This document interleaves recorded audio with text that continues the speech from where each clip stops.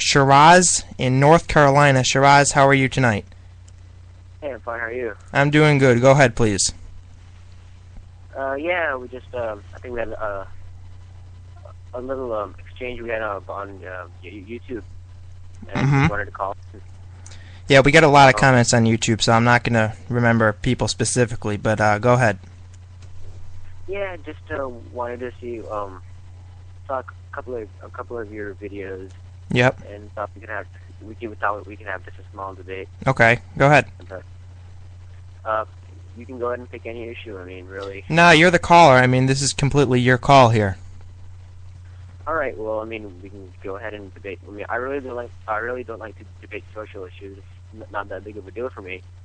I mean, we can go ahead on foreign policy. One big thing nowadays. I mean, you're the caller here, so I mean, it'd be nice if you had something prepared to talk about on the phone here. So, and it's completely up to you. I mean, come on, we gotta go here. Go ahead.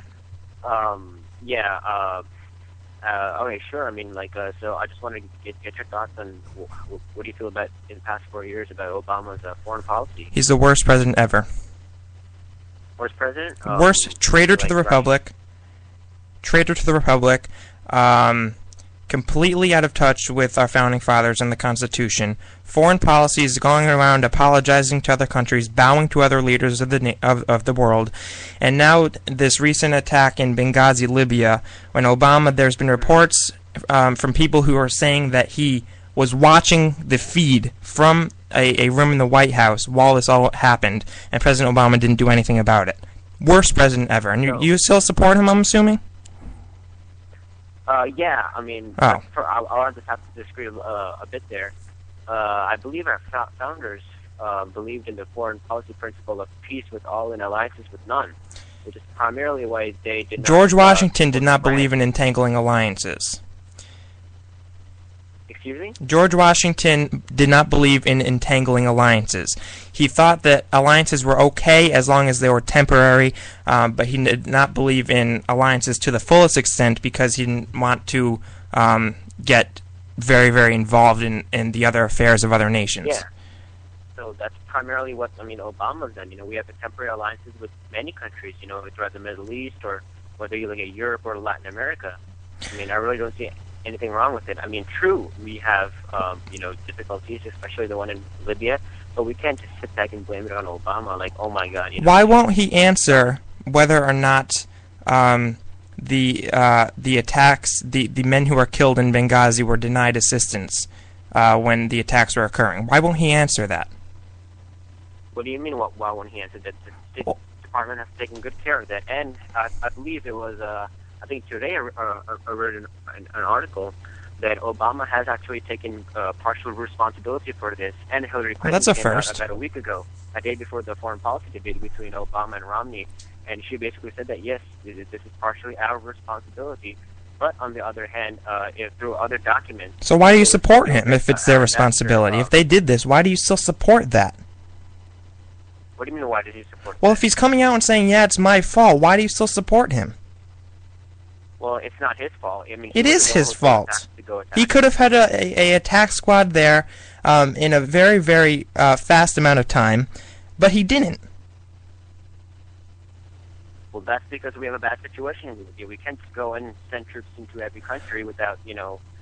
We could have had a group there in an hour. We could have had a group there in an hour, and President Obama didn't do anything about it. When we are under attack, our men are dying. President Obama knew about it. There's a report out that I was going to read later on in this program that he was watching the feed from a room in the White House. He could have had an attack squad there in an hour. He did nothing. That is a traitor. Okay, I really don't believe he's a traitor. I mean, yes, okay, because I do disagree with Obama on some foreign policy stuff like drone attacks. I mean, just like collateral damage. But I believe he has been more successful with Bush. I mean, just look at his approval rating throughout the world. I mean, I believe I just saw, you know, some reports which said that in many countries...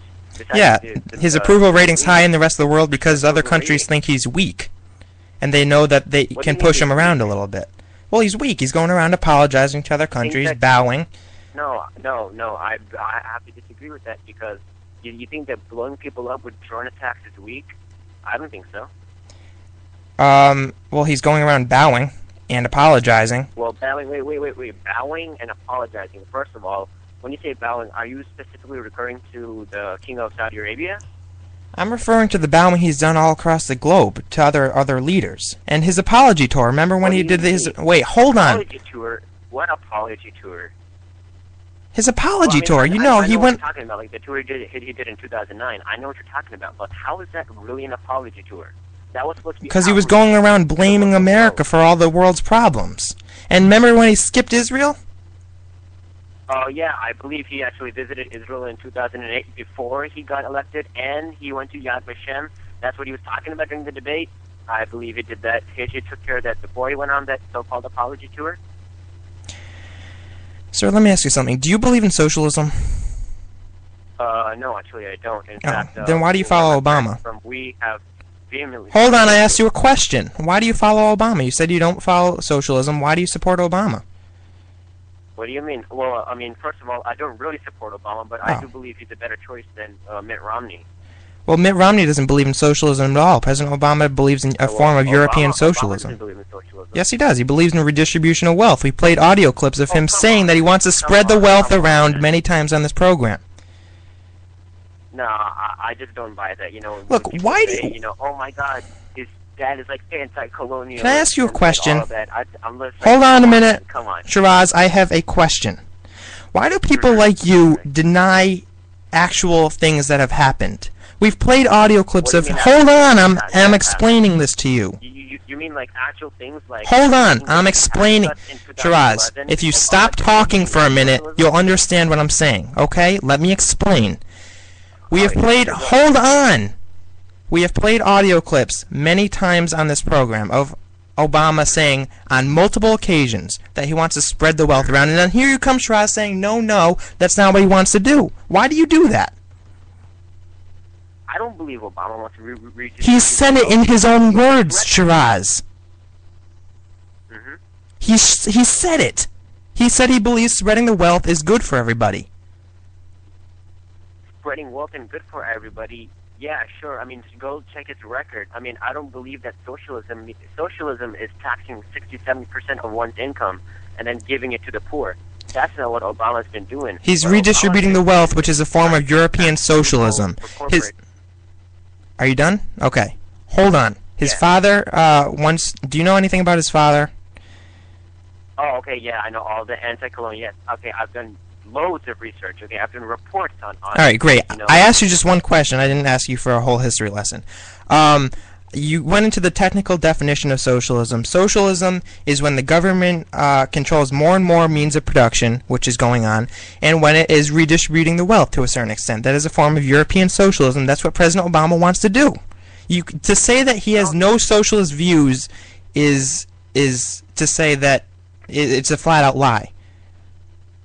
No, okay, so first of all, no, just because his father might have had some anti-colonialist views, because due to British occupation in Kenya, doesn't make him a socialist, doesn't make him a communist, doesn't make him a socialist. Actually, he got most of his views from his father.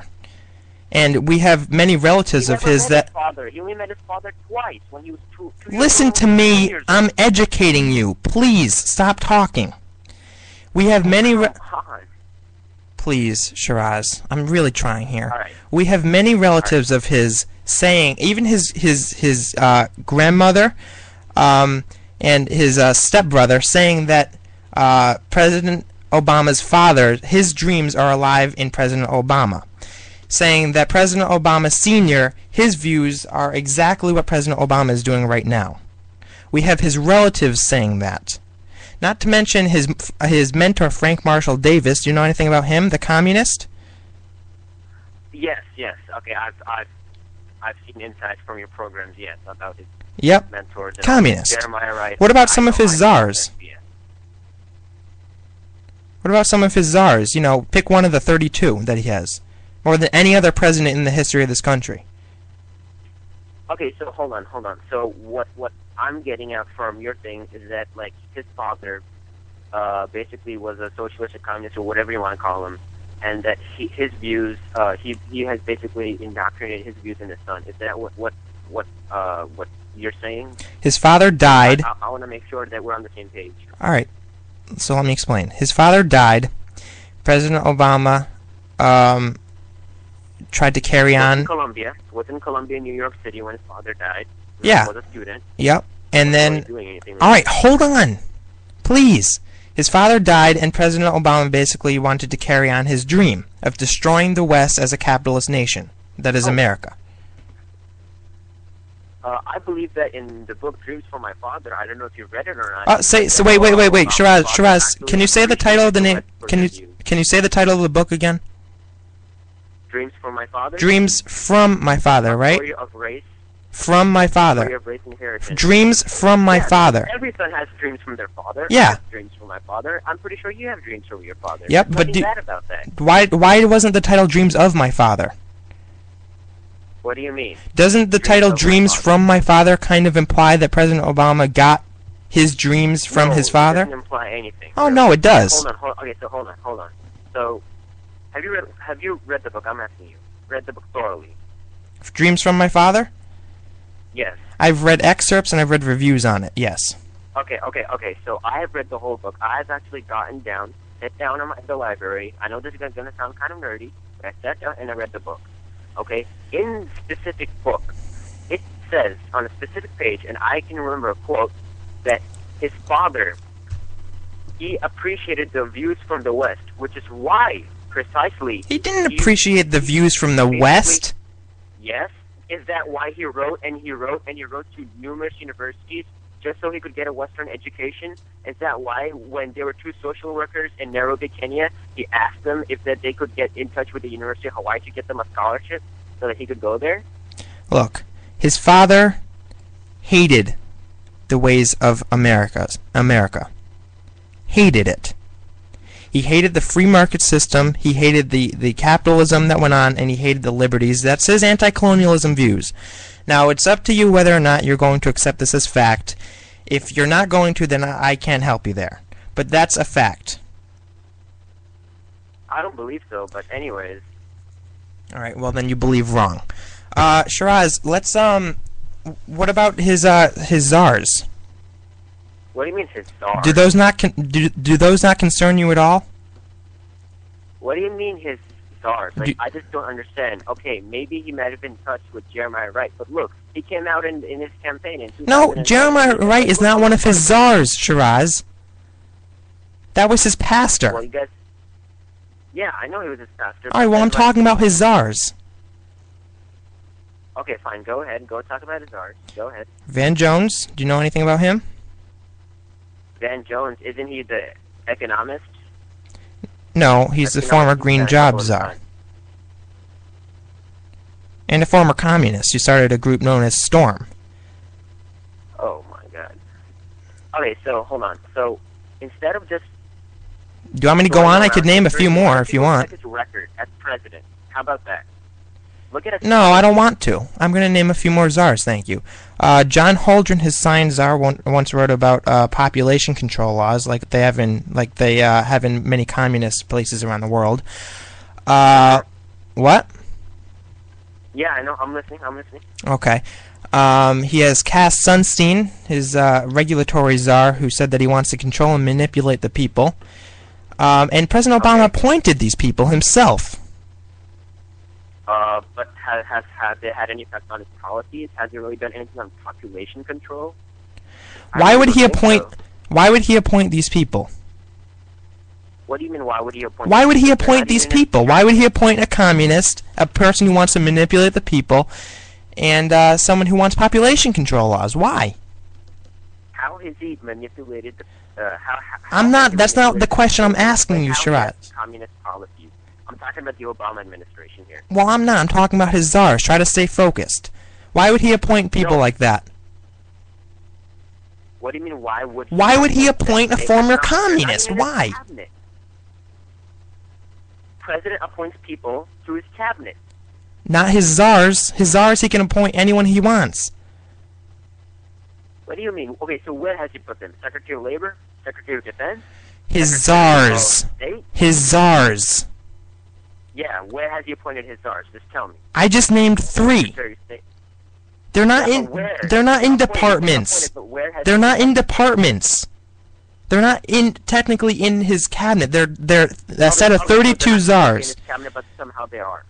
Like somehow they're influencing policy. You're not answering my question. Why would he appoint these? Why would he appoint them? Why would He he? hasn't appointed them. He has. No, he hasn't. Do you understand how? President can only appoint people. He can only nominate justices of the Supreme Court. All right, you don't know how czars Supreme work, Court, do you? and appoint people You don't know how czars work, do you? What? You don't know how czars work. What do you mean czars work? I'm not Russian, and I'm definitely not a communist witch hunter, so I really don't know. Czars, a president can appoint anyone he wants. Doesn't have to be Yeah, I know approved what by a Congress- Congress. I know it's a king basically, but I'm trying to ask you a question. Why would he appoint these people? These people have had no effect on his life ever since he's become That's not the president. question. Why would he appoint them? Shiraz, I'm going to give you one more chance. One more chance to answer this question. One more chance to answer this question. Why would he appoint people like Van Jones, John Holdren, and Cass Sunstein? Why? He hasn't appointed them. That's what I'm saying. Thank you for your call. Good God, guys. We'll be right back. Factor Talk Radio.